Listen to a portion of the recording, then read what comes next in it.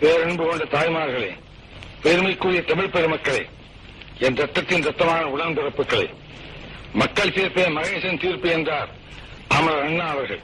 அதைத்தான் மக்களாட்சி தத்துவமாக அறிவித்தார்கள் அரசியல் அறிஞர்கள். மக்களுக்காக, மக்களால், மக்களை அமைத்துக் கொள்கிற ஆட்சி மக்களாட்சி. அந்த மக்களாட்சிக்கு அஸ்திவாரம் போன்றதுதான் மக்களின் வாக்குரிமை.